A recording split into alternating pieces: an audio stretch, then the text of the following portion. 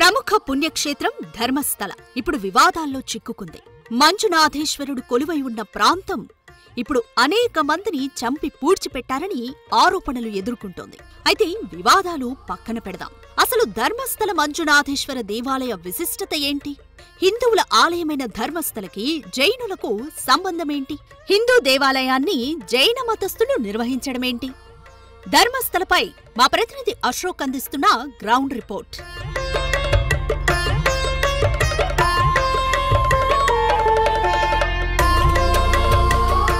ధర్మస్థల అంటే ప్రస్తుతం వందల మందిని ఇక్కడ అత్యాచారాలు చేసి చంపి పూడ్చిపెట్టారన్న అలిగేషన్ యావత్ ప్రపంచం కూడా చెప్తోంది. కానీ ఈ వివాదం అంతా కూడా పక్కన పెడితే బేసిక్గా ధర్మస్థలం అనేది అత్యంత పవిత్రమైన, అతి ముఖ్యమైన, దక్షిణ భారతదేశంలో అతి పెద్దదైన ఒక పుణ్యక్షేత్రం.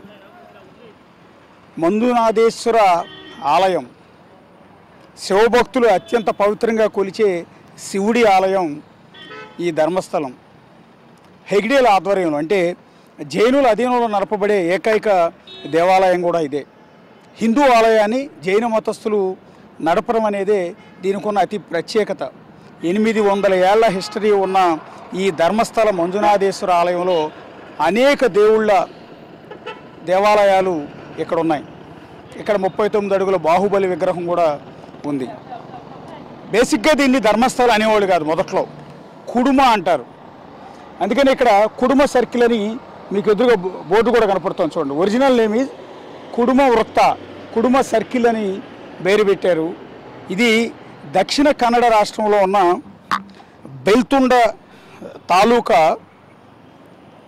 ఈ ధర్మస్థలి అనేది ఉంది. సో నిత్యం దేశవ్యాప్తంగా అనేక రాష్ట్రాల నుంచి కొన్ని వేల మంది భక్తులు ఇక్కడ దర్శనం కోసం వస్తూ ఉంటారు. దక్షిణాది ప్రాంతాల్లో ఉన్న ప్రముఖమైన దేవాలయాల్లో ఈ మంజునాథేశ్వర ఆలయం కూడా ఒకటి. సో ఒకసారి దీని గేట్వే ఆఫ్ ధర్మస్థలగా దీన్ని పిలుస్తారు. సో దానికి సంబంధించి ఈ ఆలయ నిర్వాహకులు 1966లో నిర్మించిన దాని ముఖద్వారాన్ని మీరు ఎదురుగా దృశ్యాల్లో చూడొచ్చు. Gateway of Dharmasthala, built by సిడి రత్నవర్మ హెగ్డే, 1966.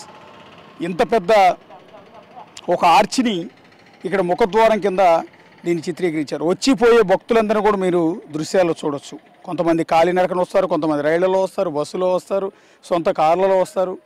ఎక్కడెక్కడికో జీవితంలో ఒక్కసారైనా ఈ క్షేత్రాన్ని దర్శించుకోవాలి అనేది హిందూ భక్తుల నమ్మకం. దానికి తోడు జైన భక్తులు కూడా ఇక్కడికి పెద్ద ఎత్తున తరలి వస్తూ ఉంటారు. అంతటి విశిష్టత, అంతటి చరిత్ర ఉన్న ఈ మంజునాథేశ్వర ఆలయం, ఈ ధర్మస్థల ఇప్పుడు తీవ్రమైన వివాదాల్లో చిక్కుకుపోయి ఉంది. అందుకే నేను అన్నాను, వివాదాలు పక్కన పెట్టి దీన్ని ఒక పవిత్ర క్షేత్రం కిందగానే మనం చూస్తే దీని చరిత్ర గురించి చెప్పుకోవచ్చు. రెండు ఒకసారి లోపలికి వెళ్దాం, ఏమేమి విశేషాలు ఉన్నాయి ఏంటి అనేది చూద్దాం.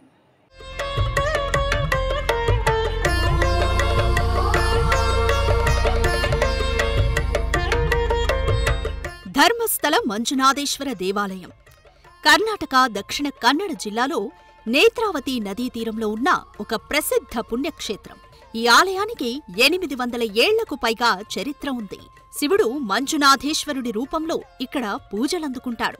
ఎన్ని వివాదాలు వచ్చినా ఇప్పటికీ ప్రతిరోజు భారీగా భక్తులు వస్తూనే ఉన్నారు. ఎక్కడెక్కడి నుంచో భక్తులంతా కూడా ఇక్కడ శివుడిని దర్శించుకోవడానికి తరలి వస్తూ ఉంటారు. సో ఇక్కడికి వచ్చే బస్సులన్నీ కూడా కిటకిటలాడుతూ వస్తూ ఉంటాయి. ప్రతి నిమిషానికి ఒక బస్సు ఈ చుట్టుపక్కల ప్రాంతాలకి తరలి వెళ్తూనే ఉంటుంది భక్తులతో. సో వచ్చిన భక్తులందరినీ కూడా మీరు ఒకసారి చూడొచ్చు. వయసుతో సంబంధం లేకుండా చిన్నవాళ్ళు, పెద్దవాళ్ళు, మధ్య వయస్కులు, నడవలేని వాళ్ళు, అనేక రోగాలతో బాధపడుతున్న వాళ్ళు, ఎవరెవరో భక్తులంతా కూడా ఇక్కడికి తరలి వస్తుంటారు. జీవితంలో ఒక్కసారైనా ఈ దేవాలయాన్ని, ఈ క్షేత్రాన్ని, ఈ ధర్మస్థలాన్ని దర్శించుకోవాలి అనేది హిందూ భక్తుల్లో చాలామందికి ఒక లక్ష్యంగా మనకు కనిపిస్తూ ఉంటుంది. ఇక్కడ ఒక పెద్దవాడిని చూశారు కదా, ఆవిడ దర్శనం అయిపోయింది, తిరిగి వెళ్ళిపోతూ ఉన్నారు. మిగిలిన వాళ్ళంతా కూడా బస్సుల కోసం ఆ రకంగా వేచి చూస్తూ ఉన్నారు. ఎక్కడెక్కడి నుంచో తరలి వస్తారు వీళ్ళంతా కూడా. ఎన్నో ప్రయాసలు కోర్చి వీళ్ళంతా కూడా ఇక్కడ బోళ్ళంతా ఖర్చు పెట్టుకుని ఇక్కడ దర్శనానికి వస్తూ ఉంటారు. ఇక్కడికి వచ్చి స్వామివారిని దర్శించుకుంటే అనుకున్న కోరికలన్నీ కూడా నెరవేరుతాయనేది వాళ్ళ లక్ష్యం. అందుకోసమే చూడండి, ఎంతో ఖర్చు పెట్టుకుని, ఎన్నో ఇబ్బందులు పడుతూ కూడా వాళ్ళంతా అనేక ప్రాంతాల నుంచి ఎంతెంతో దూరం నుంచి ఇక్కడికి తరలి వస్తున్న భక్త జన సమూహాన్ని ప్రస్తుతం మనం ఇక్కడ చూడవచ్చు. ఇది కేవలం ఎంట్రన్స్ దగ్గర చూస్తున్న కొద్దిమంది మాత్రమే. అలా చెప్పుకుంటే లోపలికి వెళ్ళేటప్పటికి కొన్ని వేల మంది భక్తులు ఇక్కడ మనకు కనిపిస్తూ ఉంటారు. మా आपका नाम क्या है जम्मा? शीतल कदम। कहाँ से आए हो? हम संकेश्वर से आए। ओके, ये टेम्पल का विशेष क्या है? कुछ ऐसा इतना कुछ मालूम नहीं है, तंग भी है ना हमारा धर्मस्थल का, इसलिए दर्शन के लिए आए। दर्शन हो गया? हाँ, दर्शन हो गया, खाना प्रसाद लिए है।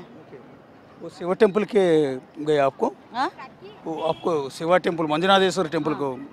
ओके, कैसा है वो टेम्पल? अच्छा है, अच्छा है, सभी अच्छा है सेवा इधर का। टेम्पल कैसा है अम्मा? अच्छे बा अच्छे गो दर्शन हो गया? हुए 2 घंटा लगे खड़े हो गए। ओ, दो घंटा वेटिंग है? 2 घंटा लगे कहे तो अंदर बैठे थे, बाद में कर दे तास में हुए। तो अंदर क्या क्या देखा है अम्मा? क्या क्या टेम्पल्स और काका कहते ऐसे छोटे छोटे मंदिर हो रहा, हमारे कितना समझ में नहीं आए, पहली बार आई। छोड़कर स्वच्छ है, अच्छा है वहाँ सब भी देखने के वास्ते। ఇక్కడికి వచ్చిన భక్తులంతా కూడా చాలా హ్యాపీగా దర్శనం చేసుకుని వెళ్ళిపోతూ ఉంటారు. అందుకే నేను అంటున్నాను, వివాదాలు పక్కన పెడితే ఈ టెంపుల్లో ఏదో శక్తి ఉందని ఇప్పటికీ కూడా నమ్ముతూ ఉంటారు. సో జైన మతస్థుల ఆధ్వర్యంలో నడుస్తుందా, ఇంకొకళ్ళ ఆధ్వర్యంలో నడుస్తుందా అని ఇవన్నీ పక్కన పెడితే వీళ్ళందరూ కూడా శివుడి కోసం ఇక్కడ వస్తుంటారు. ఎవరు నడుపుతున్నారో వాళ్ళ కోసం రారు, శివ దర్శనం కోసం ఇక్కడికి వస్తూ ఉంటారు. సో అందుకని ఇంత పవిత్రమైన క్షేత్రంగా దీన్ని భక్తులు భావిస్తుంటారు. అందుకని ఇంత వివాదం చెలరేగినప్పటికీ కూడా, ఇక్కడ వందల మందిని చంపేశారని ప్రచారం జరుగుతున్నప్పటికీ, సిట్టు విచారణ కొనసాగుతున్నప్పటికీ, ఇదన్నీ టీవీలో చూసినా కూడా వాళ్ళ నమ్మకం మాత్రం ఎక్కడ చెక్కు చెదరలేదు. ఈ ఆలయానికి ఒక ప్రత్యేకత ఉంది. ఇక్కడ జైన మతానికి చెందిన పెర్కాడే కుటుంబం ఆలయ నిర్వహణ బాధ్యతలను చూస్తోంది. అయితే పూజలు మధ్వ బ్రాహ్మణులైన వైష్ణవ పూజారులు నిర్వహిస్తున్నారు. ఈ హిందూ జైన సమన్వయం ఈ ఆలయాన్ని విశిష్టంగా మార్చింది.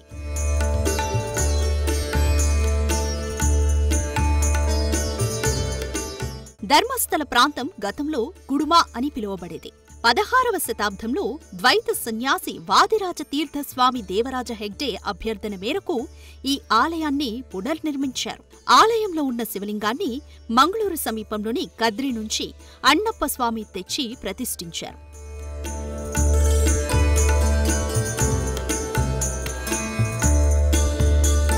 ఆలయంలో శివుడితో పాటు అమ్మవారు, కుమారస్వామి వంటి దేవతలు పూజలందుకుంటున్నారు.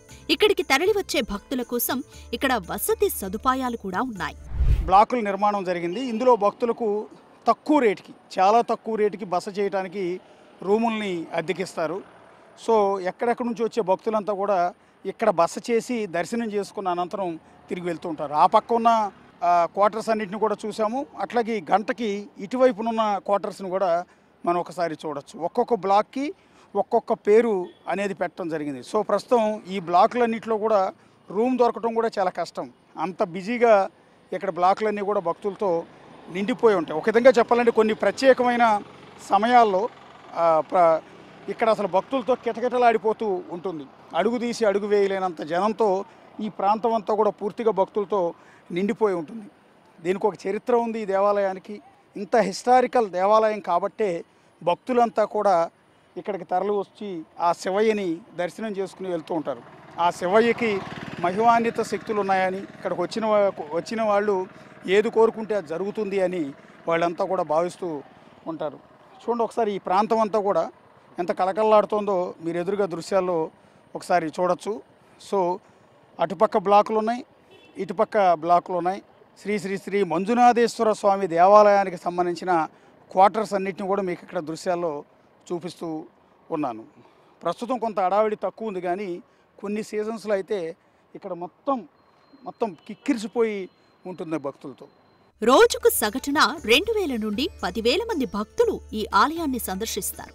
ఈ ఆలయం ధర్మం, భక్తి, సామాజిక సేవలకు సంబంధించి ఒక ప్రముఖ కేంద్రంగా నిలుస్తోంది.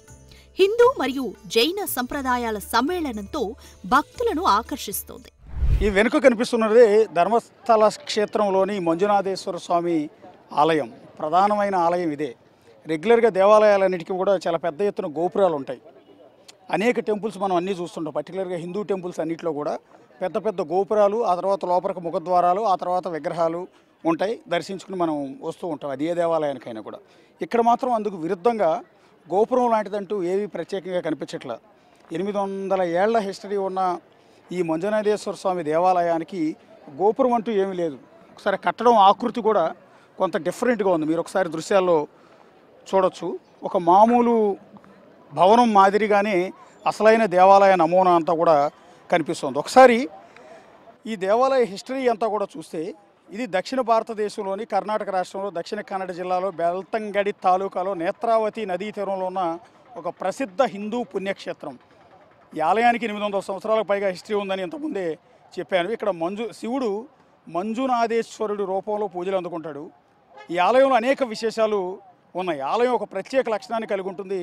ఇక్కడ జైన బంటు కుటుంబమైన పెర్లాడే కుటుంబం ఆలయ నిర్వహణ బాధ్యతల్ని చూస్తుంది. పెర్లాడే అంటే వీళ్ళని హెగ్డే అని పిలుస్తూ ఉంటారు. వాళ్ళ బిరుదు అది. వాస్తవానికి పెర్లాడే అసలు పేరు, ఇప్పుడు హెగ్డే అని పిలుస్తూ ఉన్నారు. అయితే పూజలు మాత్రం మధ్వ బ్రాహ్మణులైన వైష్ణవ పూజారులు నిర్వహిస్తారు. ఈ హిందూ జైన సమన్వయంతో ఈ ఆలయం అనేక విశిష్టతలను విశేషాలని కలిగి ఉంది. ఈ ధర్మస్థల ప్రాంతంలో కుడుమ అని పిలువబడే ఈ ప్రాంతంలో 16వ శతాబ్దంలో ద్వైత సన్యాసి వాదిరాజు తీర్థరాజు దేవరాజు హెగడే అభ్యర్థన మేరకు ఈ ఆలయాన్ని పునర్నిర్మించారు. ఆలయంలో శివలింగం మంగుళూరు సమీపంలోని కద్రి నుంచి అన్నప్ప స్వామి తెచ్చి ప్రతిష్ఠించారు. ఆలయంలో శివుడు మంజునాథేశ్వరుడితో పాటు అమ్మనవరు హిందూ దేవత, చంద్రప్రభ తీర్థంకర జైన దేవుడు మరియు ధర్మ దైవాలైన కలరాహు, కలర్కాయి, కుమారస్వామి, కన్యాకుమారి వంటి దేవతలందరూ కూడా ఇక్కడ పూజలు అందుకుంటూ ఉంటారు. ఈ ఆలయంలో ఉచిత అన్నదానం అత్యంత ప్రసిద్ధి చెందింది. అన్నపూర్ణ భోజనశాలలో రోజుకి 10,000 మందికి పైగా భక్తులకు ఉచిత భోజనాన్ని ఇక్కడ అందిస్తూ ఉంటారు. పెర్లాడే కుటుంబంలోనూ పెద్ద పురుష సభ్యుడు. ఇందాక నేను చెప్పినట్టుగా పెర్లాడే కుటుంబం ఆ తర్వాత హెగ్డేగా పిలుస్తూ ఉంటారు. వాళ్ళకున్న బిరుదు అని చెప్తున్నారు హెగ్డే అనేది. సో ఆ కుటుంబంలో ఉన్న పెద్ద పురుష సభ్యుడు ధర్మాధికారిగా హెగ్డే బిరుదుతో ఈ ఆలయ నిర్వహణతో పాటు స్థానిక వివాదాలన్నీ కూడా పరిష్కరిస్తూ ఉంటారు. ప్రస్తుతం ఈ దేవాలయానికి ధర్మాధికారిగా డాక్టర్ వీరేంద్ర హెగ్డే, ఆయన దాదాపు 20 ఏళ్ల నుంచి దీన్ని నిర్వహిస్తూ ఉన్నారు. ఈ ధర్మస్థల క్షేత్రం SDMCE సొసైటీ ద్వారా 25కు పైగా విద్యా సంస్థలు నిర్వహిస్తున్నారు. ఇందులో ప్రాథమిక పాఠశాలల నుంచి ఇంజనీరింగ్, వైద్యం, ఆయుర్వేద కళాశాలలు ఉన్నాయి. ఇక్కడ ప్రతి సంవత్సరం జరిగే లక్ష దీపోత్సవం ఒక ప్రముఖ ఉత్సవం. ఇక్కడ ఈ ఉత్సవాన్ని చూడటానికే చాలా పెద్ద ఎత్తున భక్తులు, లక్ష దీపోత్సవాన్ని చూడటానికి పెద్ద ఎత్తున భక్తులంతా కూడా ఇక్కడికి తరలి వస్తూ ఉంటారు. సో ఇది అసలైన టెంపుల్ విశిష్టత. ప్రస్తుతం దేవాలయం లోపల గట్టి గర్భగుడిలో కెమెరాలు అలౌ చేయరు కాబట్టి బయట నుంచినే దాని విశేషాలన్నీ కూడా మీకు చెప్తూ ఉన్నాను. ఆలయం ముందు కర్ణాటకలో అనేక పురాతన ఆలయాల నుంచి తెప్పించిన రథాలు ప్రత్యేక ఆకర్షణగా కనిపిస్తాయి. వందల ఏళ్ల నాటి రథాలు ఇక్కడ అద్భుతంగా ఉంటాయి.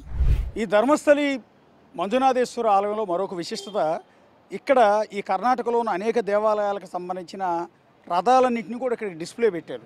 సో ఎందుకు పట్టుకొచ్చి పెట్టారో నాకు తెలియదు. మొదట ఈ దేవాలయంలో ఊరేగింపు కోసం వాడిని రథాలయం అనుకున్నాను. తర్వాత వాటి మీద పేర్లు చూసిన తర్వాత అవి వేరువేరు దేవాలయాల నుంచి కలెక్ట్ చేసుకొచ్చి ఇక్కడ పెట్టారనేది తెలుస్తుంది. చాలా అద్భుతంగా ఉన్నాయి చూడండి. అప్పట్లో కొన్ని వందల ఏళ్ల క్రితం ఆ చెక్కతో తయారు చేసిన ఈ రథాలన్నింటినీ కూడా ఇక్కడ సందర్శన కోసం పెట్టారు. మనకు ఎదురుగా కనిపిస్తున్న ఈ రథం అనేది బళ్ళారి జిల్లా మల్లికార్జున స్వామి టెంపుల్ నుంచి పట్టుకొచ్చారంట.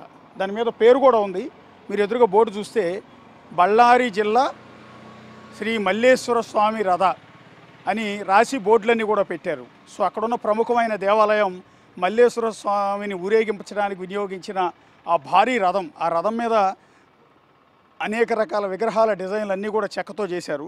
దాని పక్కన ఇంకొక భారీ రథం మీకు ఎదురుగా కనిపిస్తుంది. ఇది కూడా పురాతనమైన రథం. ఇది ఇప్పటిది కాదు, కొన్ని వందల ఏళ్ల క్రితం రథం ఇది. దాని భారీగా ఉన్న దాని చక్రాలని, చెక్కతో చేసే చక్రాలన్నింటినీ కూడా మీరు దృశ్యాల్లో చూడొచ్చు. అలాగే రథం పైన అనేక అలంకరణలు, అనేక భంగిమల్లో ఉన్న చెక్కతో తయారు చేసిన బొమ్మలన్నింటినీ కూడా మీరు ఎదురుగా దృశ్యాల్లో చూడొచ్చు. ఇక్కడ కనపడుతున్నది మలేకల్ తిరుపతి శ్రీ వెంకటేశ్వర స్వామి టెంపుల్, అరసికేరే, హసన్ జిల్లాలో ఉన్న వెంకటేశ్వర స్వామి దేవాలయం నుంచి ఈ రథాన్ని కలెక్ట్ చేసుకొచ్చారు. కొన్ని వందల సంవత్సరాల పాటు అక్కడ సేవలు అందించిన తర్వాత ఆ రథం బహుశా దాని వయసు అయిపోయినట్టుంది.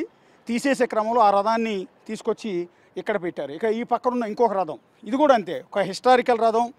ఇక్కడ భక్తుల సందర్శన కోసం ఇది ఎందుకు పెట్టారో అనేది చూడవచ్చు. ఎందుకంటే ఆ బ్యూటిఫుల్ స్ట్రక్చర్ బహుశా ఇప్పుడు ఎవరు కూడా అంత బాగా చెక్కలేరు. అప్పట్లో చేతులతో ఆ బొమ్మలను అంత అద్భుతంగా చెక్క మీద చెక్కారు. వాటి చక్రాలన్నీ కూడా చూడొచ్చు ఎంత అద్భుతంగా ఆ రథం కనిపిస్తుందో. ఈ రథం ఒకసారి చూస్తే సి అమృత కన్నడలో రాసి ఉంది, రథ అని ఉంది. సో ఇది కూడా హసన్ జిల్లాలోనే అరకలగూడు నుంచి తీసుకొచ్చినట్టుగా బోర్డు అనేది డిస్ప్లే పెట్టారు. ఇక నెక్స్ట్ ఇంకొక రథం ఇక్కడ మనకు కనిపిస్తుంది. దీని మీద అయితే బోర్డు లేదు, చాలా చిన్న రథం అది. సో దాని మీద కూడా సింహం బొమ్మలతో చాలా బ్యూటిఫుల్గా చాలా అందంగా ఉంది. సో ఈ రథాలు చూడటానికి 2 కళ్ళు సరిపోవు అన్నట్టుగా మనకు అనిపిస్తుంది. ఇక్కడ ఇంకొక రథం కనిపిస్తుంది చూడొచ్చు ఆ వెనక. సో అది ఎక్కడి నుంచి కలెక్ట్ చేసుకొచ్చారు అనేది దాని బోర్డు అనేది ఇటుపక్క పెట్టలేదు. సో అటువైపు ఏమైనా పెట్టుండొచ్చేమో. అది చాలా వరకు డ్యామేజ్ అయిపోయింది, కింది పార్ట్ మాత్రమే మిగిలింది. అది కూడా అత్యంత పురాతనమైన రథం. ఆ రోజుల్లో రథాలకి ఎంత ప్రాముఖ్యత ఇచ్చేవాళ్ళు అనేది ఈ రథాలను తయారు చేసిన విధానం చూస్తే మీకు అర్థమవుతుంది. కరెక్ట్గా ఈ మంజునాథేశ్వర ప్రధానమైన ఆలయం ఎదురుగా ఈ రథాలన్నింటినీ కూడా డిస్ప్లే కోసం పెట్టారు. ఇది కూడా మరింత పురాతనమైన రథం. సో ఆ రథం కూడా గుడి గోపురాన్ని పోలిన విధంగా చెక్కతో డిజైన్ చేశారు. వాటిపైన చెక్కిన శిల్పాలన్నింటిని కూడా మీరు ఒకసారి చూడవచ్చు. అది కూడా చెక్కతో చెక్కిన శిల్పాలు. అలాగే రథం చుట్టుపక్కల మొత్తం కూడా అదే అమ్మవారి ఆకారాల్లో ఆ విగ్రహాలన్నీ కూడా ఉన్నాయి. ఇటుపక్క గుర్రాలు మోస్తున్నట్టుగా సింహాల ఆకారంలో రకరకాల డిజైన్స్తో ఈ రథాలన్నీ కూడా తయారు చేయటం జరిగింది. ఇక ఈ పక్కన మరో భారీ రథం ఉంది, చాలా పెద్ద రథం. ఇది కోదండరామస్వామి టెంపుల్, కోదండరామస్వామి దేవాలయానికి సంబంధించిన హిరేమగులూరు చిక్కమంగళూరు నుంచి తీసుకొచ్చిన అతిపెద్ద రథం ఇది. సో ఇక్కడ చిక్కమంగళూరు జిల్లా నుంచి తీసుకొచ్చిన హిరేమగులూరు శ్రీ కోదండ రామస్వామి దేవాలయ రథ అని కన్నడలో కూడా రాసి ఉంది. సో ఇది కూడా రాముడి రథం. ఎంత పెద్ద రథమో చూశారు కదా. ఇవి అన్నిటికంటే కూడా ఇప్పటివరకు మనం చూసిన ఈ 6 రథాల కంటే కూడా ఇది చాలా పెద్ద ఎత్తున తయారు చేశారు. దీన్ని అప్పట్లో ఈ రథాన్ని లాగాలంటే కూడా కొన్ని వందల మంది తాళ్ళు పట్టుకుని లాగాల్సి ఉంటుంది. దీనికి బ్రేకులు అంటూ కూడా ఏముండవు, మళ్ళీ మనుషులే ఆగాల్సి ఉంటుంది. కొన్నిసార్లు ఈ రథాలు లాగేటప్పుడు దీని బరువుకి కొన్నిసార్లు అదుపు తప్పి ముందుకెళ్ళిపోతే ఆ చక్రాల కింద పడి భక్తులు నలిగిపోయిన ఘటనలు కూడా ఉంటాయి. పర్టికులర్గా పూరీ జగన్నాథ టెంపుల్లో మనం చూస్తూ ఉంటాం ఎంత పెద్ద రథం ఉందో. అక్కడ పూరీ జగన్నాథుడిని ఊరేగించడం కోసం ఆ రథం మొత్తాన్ని కూడా వినియోగిస్తారు. ఆ రథాన్ని లాగేటప్పుడు చాలాసార్లు తొక్కిసలాట జరిగిన దృశ్యాలు కూడా మీకు ఇక్కడ గమనించవచ్చు. సో అద్భుతమైన ఈ రథాలన్నింటినీ కూడా ఇక్కడ డిస్ప్లే కోసం పెట్టడం అనేది జరిగింది. సో ఇక్కడ నుంచి కూడా మీరు చూస్తే అన్ని రథాలు కూడా మనకు కనిపిస్తూ ఉంటాయి. వచ్చిన ప్రతి ఒక్క భక్తులు కూడా స్వామివారి దర్శనం చేసుకున్న తర్వాత ఇక్కడికి వచ్చి ఈ రథాల సందర్శన అనేది చేసుకుంటారు. చూసుకున్న తర్వాత అప్పట్లో రథాలు ఎంత బాగుండేవి అనేది